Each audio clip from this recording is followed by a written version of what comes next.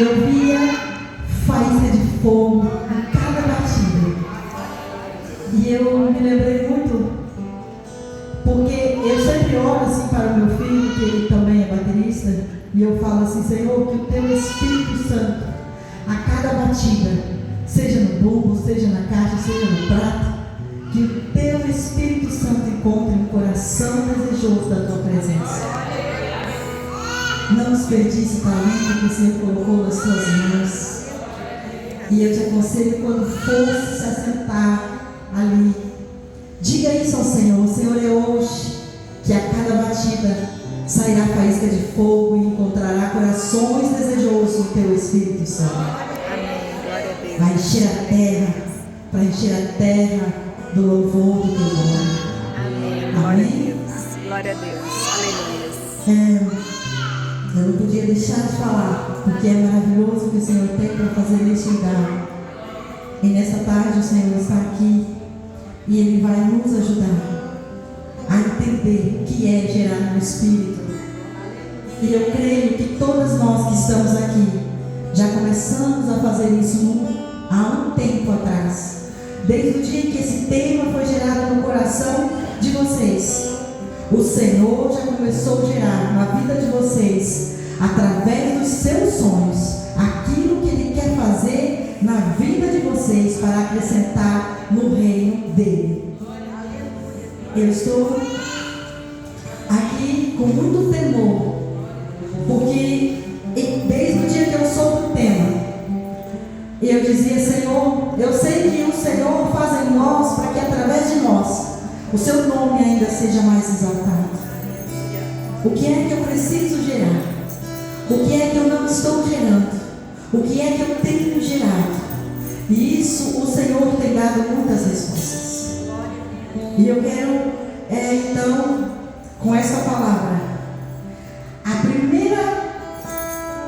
primeira coisa que eu quero dizer é um ditado que todo mundo sabe, todo mundo fala. Laranja doce da laranja? Doce. Né? A gente não vai procurar uma fruta num pé que não é daquela fruta. Quando nós falamos que é para gerar no Espírito, então nós precisamos entender a nossa identidade espiritual. E eu encontrei na palavra, e é lógico que existem vários versículos que tratam desse assunto, mas o Salmo 2, o versículo 7 e 8, ele diz assim, no momento em que o Senhor vai falar com o povo que estava criando uma rebelião contra Davi.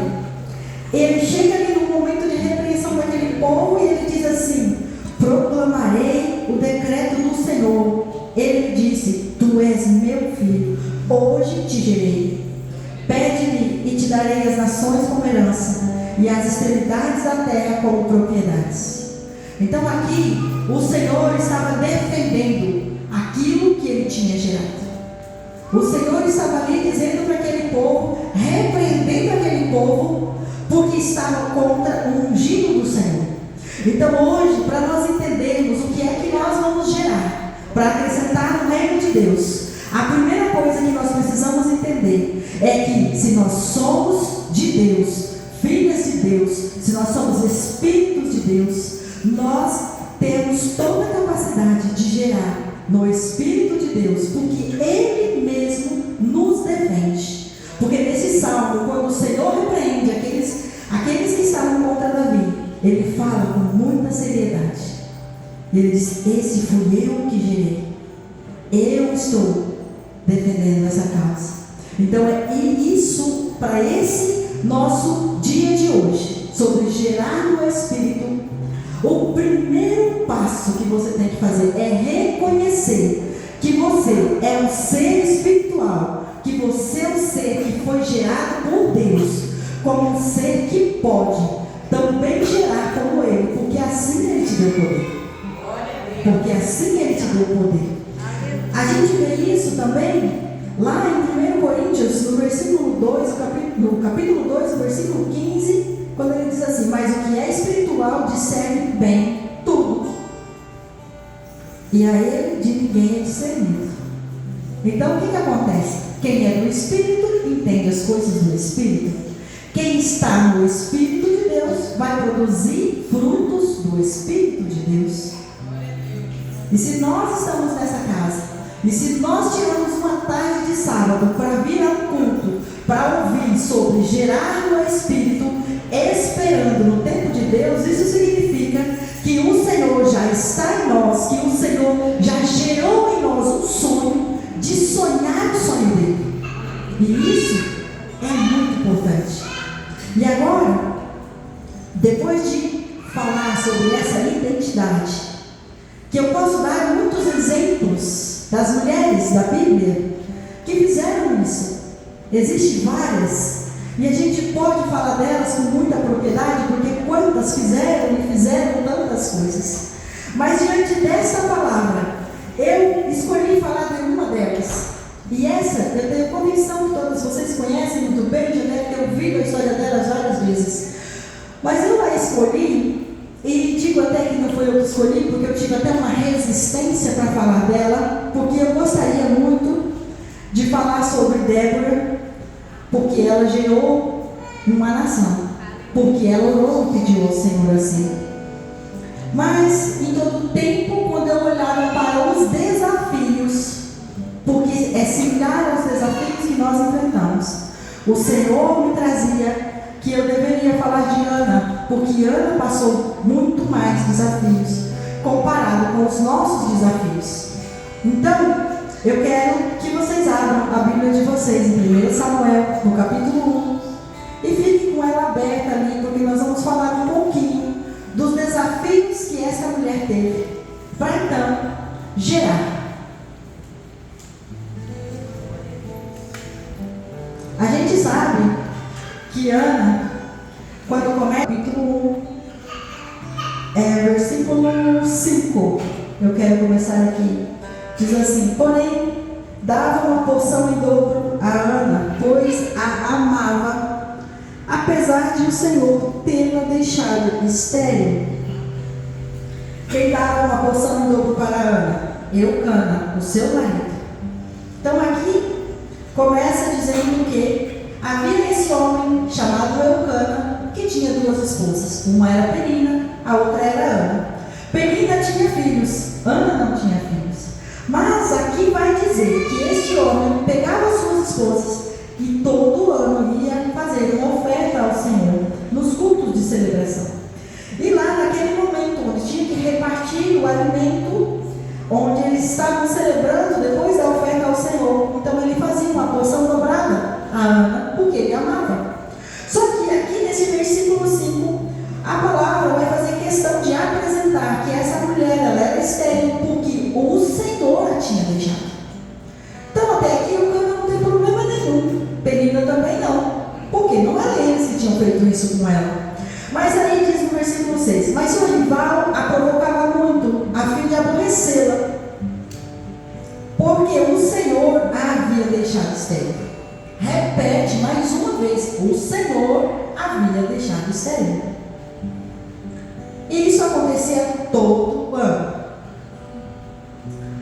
E aí, chegou o dia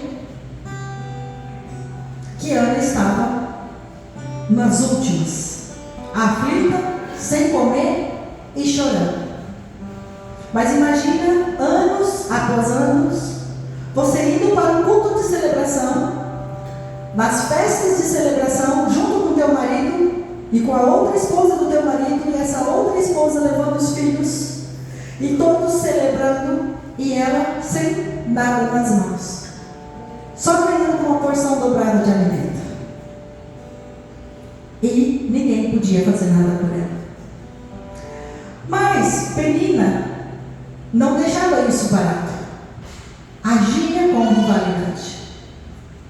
E Penina, com toda essa rivalidade, Eucana provavelmente não fazia nada, não tinha o que fazer. Chega um momento que Eucana também não aguenta. E Eucana vai dizer para ela aqui no versículo 8. Então seu marido Eucana pergunta-lhe: Ana, por que choras? Por que não comes? Por que o teu coração está assim tão triste? melhor para ti do que 10 filhos? Nós somos mãe, acredito que a maioria aqui é mãe. Quando é que um marido ocupa o lugar de filho, meu Deus? Que conversa é essa que Ana vai ter com essa mulher? Imagina nós, no lugar de Ana, depois de ter sido afrontada com Penina. Primeiro a gente já tinha se estressado com Penina, ou não? Só eu que estressaria com ela. Que não diz que Ana se estressou com Penina. Ana ficava na dela. Depois veio Ana com essa conversa. Será que se fosse eu, ou se fosse você, teria ficado bem quietinha e ido direto para o templo falar com o Senhor? Será que nós não teríamos ficado ali choramingando? Por exemplo, se fosse eu, puxa vida, Eucana, como você está grosso? Será que você é tão insensível que não pode ver a minha dor? Será que não pode ver como o Penina esfrega os filhos dela na minha cara e eu não tenho filhos para esfregar? Eu ia começar assim, ali, reclamando. Ou ia lá no canto mais ainda, me esconder de todo mundo, envergonhado, porque eu era a coitadinha, a vítima que não tinha filhos. Será que a gente não faz isso nos nossos desafios? Só que a Ana, ela não fez isso. Ela fez o quê? Ela foi para o templo. E lá no templo acontece uma coisa muito especial. Porque lá ela começa a orar. Mas tem uma coisa que acontecia naquele tempo e que graças a Deus não acontece hoje. Mas naquele tempo, quando uma mulher orava em voz alta diante do seu marido ou diante do sacerdote, e se eles não concordassem com a oração que ela estava fazendo, eles podiam cancelar a oração, sabia disso? E lá ela ora sem verbalizar. Mas quando ela está lá nesse estado de aflição, falando com o Senhor sobre a amargura dela, sobre a aflição dela, o que acontece? O sacerdote pensa numa situação, a mulher querendo gerar, aí tem uma rival, aí tem o marido, agora nem na igreja ela não tinha paz, porque o próprio sacerdote chega lá e começa a cutucar ela. Ei, por que você tomou tanto vinho? Ele vai dizer isso. Olha só, versículo 12, enquanto ela orava ao Senhor, Eli, que era o sacerdote, observava os seus lábios. Como Ana orava em silêncio, seus lábios se moviam, mas não se ouvia sua voz. Por isso, ele pensou que ela estava embriagada. Ele lhe disse: até quando ficarás embriagada? Deixa de beber vinho.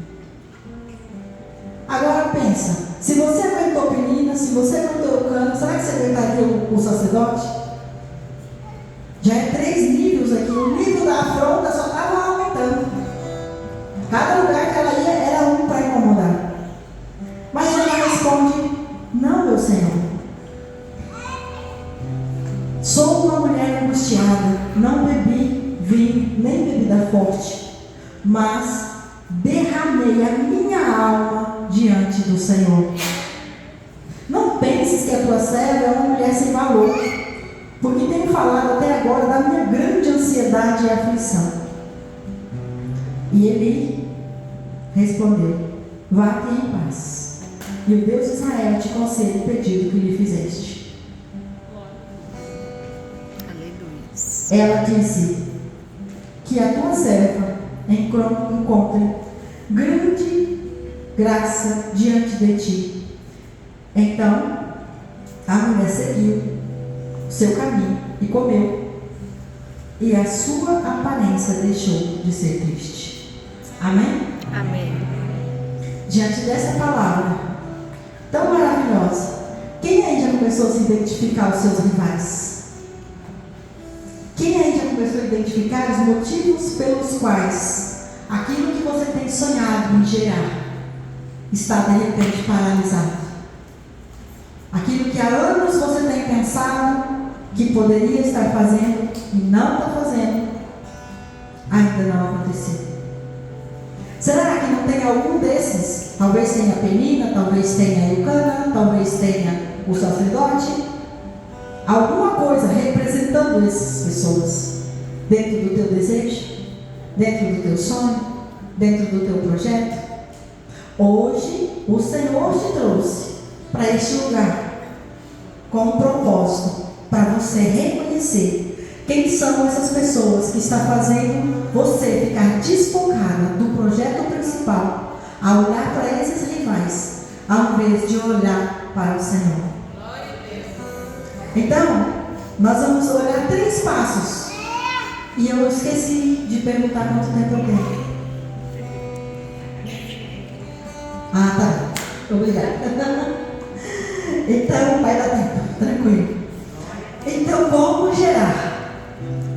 Como gerar no Espírito? Olhando para essa palavra. Nós vamos falar de 3 passos porque nós não temos muito tempo.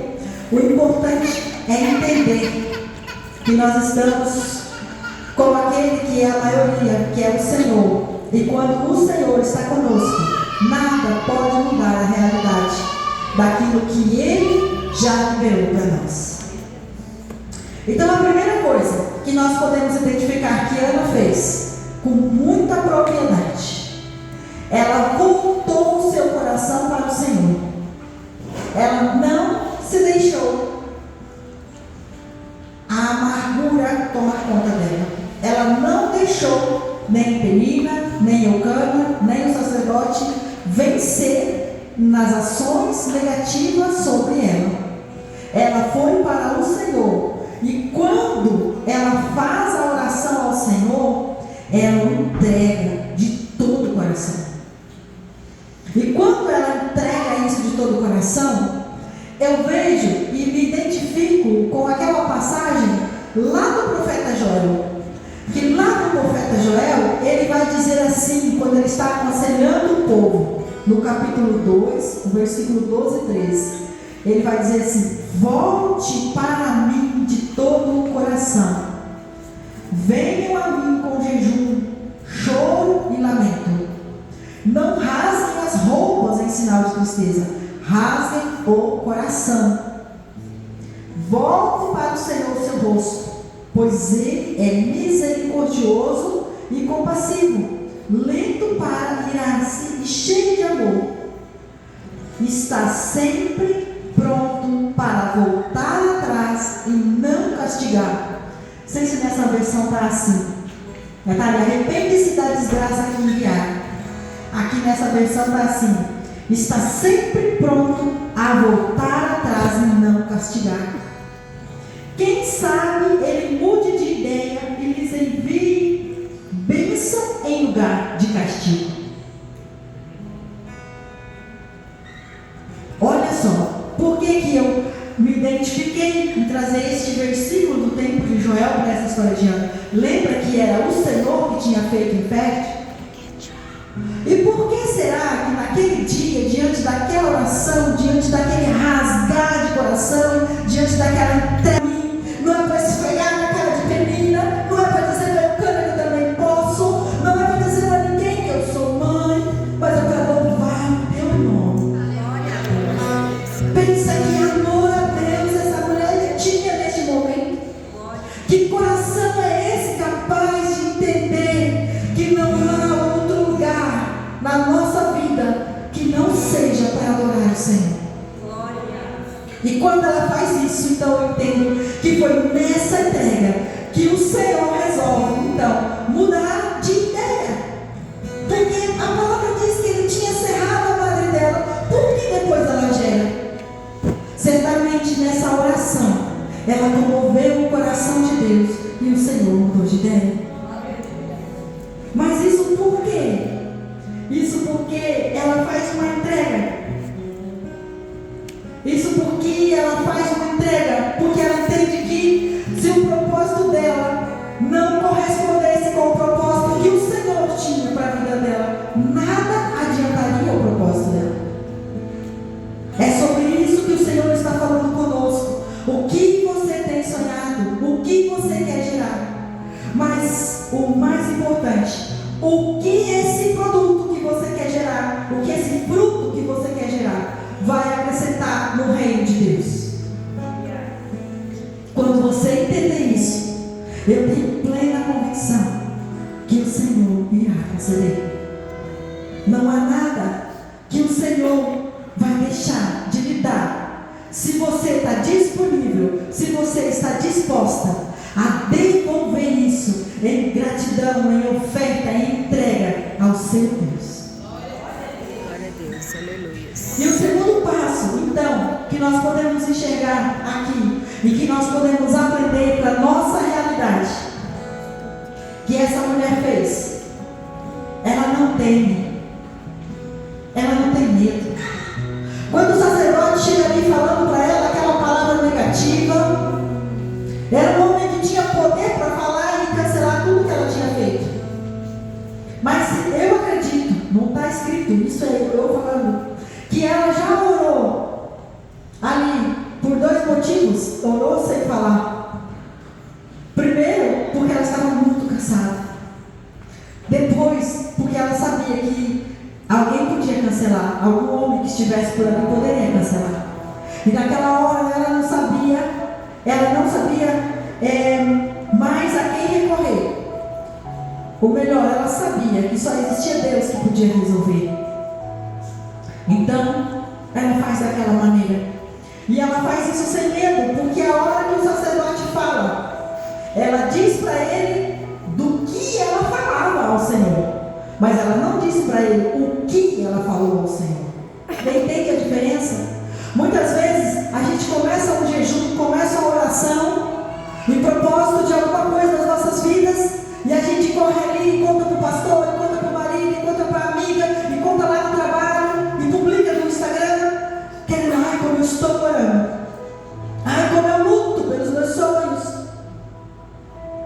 E não é isso, como o profeta Joel dizia ali, rasgue o coração em vez das roupas, rasgue-se por dentro em vez da aparência, vá para o seu secreto em vez de publicar nas redes sociais, porque o Senhor, o que vem de secreto, é que sabe o que está no seu coração, que sabe o quanto você está disposta a fazer a entrega para Ele, a hora que esse fruto estiver pronto.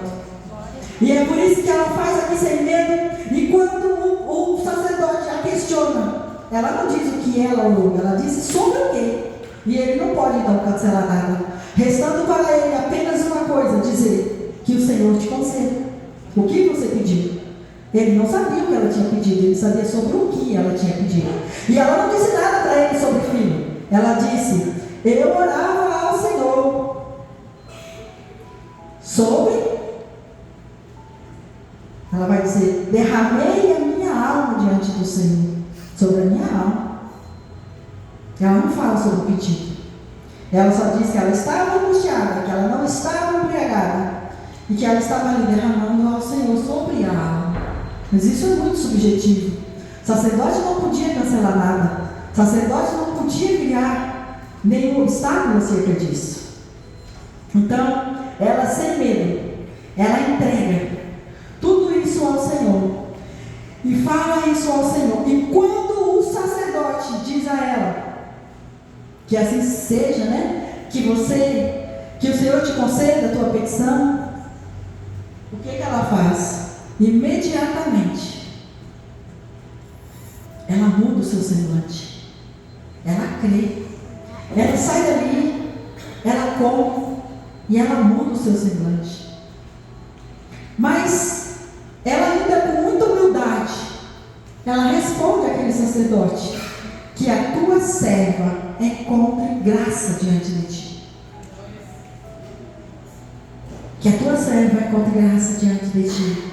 Então ela come, ela muda de aparência, ela já não se apresenta mais triste. E então, eu me lembro mais uma vez do tempo do profeta Abacuque, quando ele vai dizer, ainda que a figueira não floresça, ainda que não haja fruto, ainda que não é tempo de colher, ainda que os celeiros estejam vazios, eu me alegrarei no Senhor. Glória a Deus. Naquele momento, apenas com essa palavra, não havia indícios nenhum, e ela já não estava grávida, tanto é que a palavra vai dizer que depois disso, Eucana conhece na intimidade e então ela engravida. Só que ali a condição emocional dela, a condição de fé dela, já trazia para ela uma garantia de que aquilo que ela entregava aos pés do Senhor, que aquela palavra que o sacerdote disse, que o Senhor concedeu a tua petição, já era real.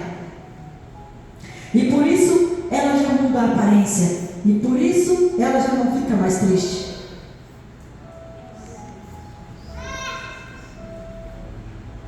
Esse é o convite para nós. Quantas vezes nós recebemos uma palavra profética sobre as nossas vidas e nós saímos e falamos assim: não sabe de nada, não sabe quanto tempo eu estou lutando por essa causa, não sabe as minhas dificuldades, não sabe os meus problemas. Já ouvi tantas vezes falar isso, até agora nada. Quantas vezes nós não fazemos isso? Desperdiçamos uma voz profética de entrega daquilo que temos clamado a Deus. Que a nossa fé é tão pequena, às vezes a nossa fé é tão pequena que é vergonhoso nós nos posicionarmos, e nós nos convida a refletir sobre isso. Quando nós falamos que entregamos mesmo, nós temos que levantar, continuar no nosso caminho, comer e nos alegrar. Se você não tiver feito isso depois que você disse que entregou, você não entregou coisa nenhuma. Você continua pensando que você ainda está derrotado, continua pensando que você ainda perdeu. E o Senhor está nos tratando nessa tarde. E eu quero ir para o último passo, que é o que essa mulher também fez. Ela entendeu que o propósito dela só teria valor se ele correspondesse com o crescimento no reino. E isso para nós hoje é algo que nós devemos revisitar no nosso coração. Porque este mundo está tão cheio de tanta coisa para o próprio mundo, que às vezes se torna difícil para nós pensarmos nas coisas verdadeiramente para o Senhor. Às vezes se torna tão mais fácil. A gente vê isso muito nas pessoas que trabalham com assistência social. A gente vê isso muito. Lógico que é necessário, precisa, eu louvo a Deus por essas vidas e precisam, há necessidade, existe chamado para essas coisas. Mas quando você vê alguns tipos de publicações de entregas para as assistências sociais, parece muito mais uma exposição do que realmente uma assistência. A gente vê isso às vezes em tantas coisas, e a gente precisa se policiar disso. Qual é o motivo que eu quero alcançar essa causa? O Tiago vai dizer assim: pedis e não recebereis, porque pedis mal, pedis para o seu próprio prazer. Quantas vezes nós estamos pedindo e lá no fundo do nosso coração está aquele pensamento de vingança? Sabe aquele sabor de mel? Aquela situação da revanche? Como que o Senhor vai ter participação numa coisa dessa?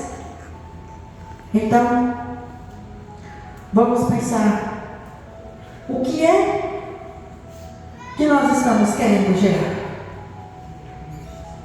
Houve um tempo de oração, houve um tempo de propósito, houve um tempo de busca para que esse culto acontecesse hoje.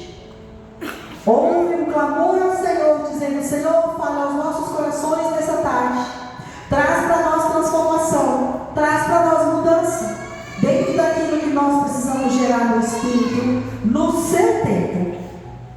Porque ali no tema está dizendo: gerar no Espírito, aguardando no tempo de Deus. Então, o que é que você quer gerar? Talvez você não tenha ideia daquilo que você foi chamado para fazer. Talvez você pense que você precisa de uma confirmação para saber qual é o seu grande propósito. Amargurada e aflita. Mas ela não os ouve. Então hoje nós vamos aprender, com esta palavra, voltar para as nossas casas, com 4 ferramentas. Que ferramentas são essas? Nós já temos ela em casa. Mas hoje nós vamos voltar para essas ferramentas com um olhar diferente, por um outro ângulo. O que é isso? Para nós nos habilitarmos nesta condição de força, de coragem, para diante dessas pessoas, ou dessas situações, dessas condições que nos afrontam diante do nosso sonho de gerar.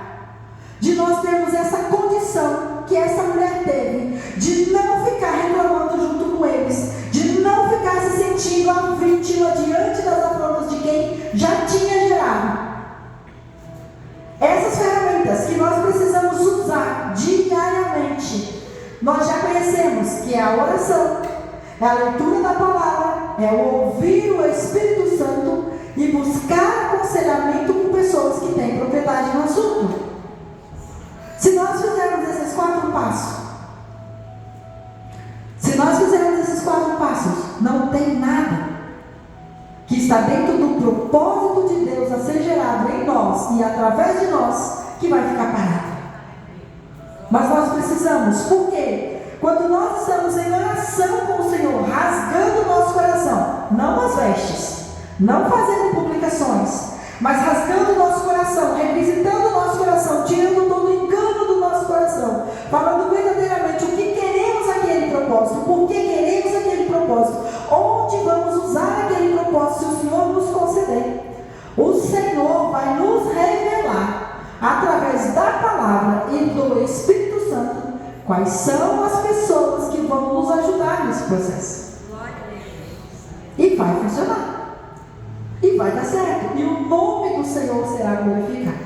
Glória a Deus. A oração, o ouvir o Espírito Santo, a leitura da palavra, o aconselhamento, nos traz o direcionamento que nós precisamos para gerar no Espírito e celebrar, ainda antes que se torne concreto, antes que se torne palpável aos nossos olhos, às nossas mãos, como ela fez, de sair dali e comer e se alegrar.